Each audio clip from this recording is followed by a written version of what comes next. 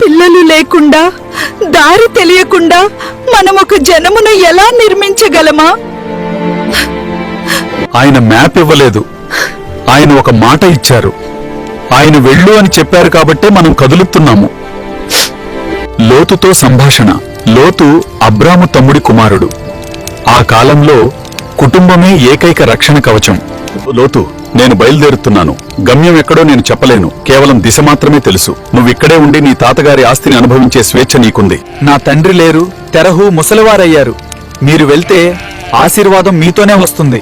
మీ దేవుడు మీ జీవితంలో ఎలా కార్యాలు చేస్తారో నేను చూశాను.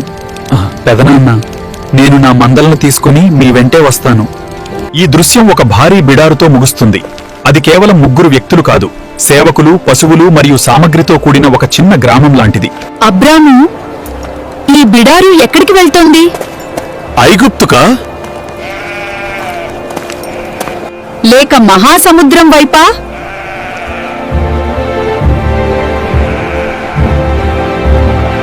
యెహోవా నాకు చూపించబోయే దేశానికి నేను వెళ్తున్నాను. కేవలం ఒక ఎక్కడో అనే ఆశ కోసం నీ ఇంటిని వదిలేస్తున్నావా? నేను నిజమైన సారాంశం కోసం ఒక నీడను వదిలి వెళ్తున్నాను. మరిన్ని బైబిల్ కథల కోసం ఈ వీడియోని లైక్, షేర్ మరియు సబ్స్క్రైబ్ చేయండి. పక్కనే ఉన్న గంట గుర్తును నొక్కడం మర్చిపోకండి.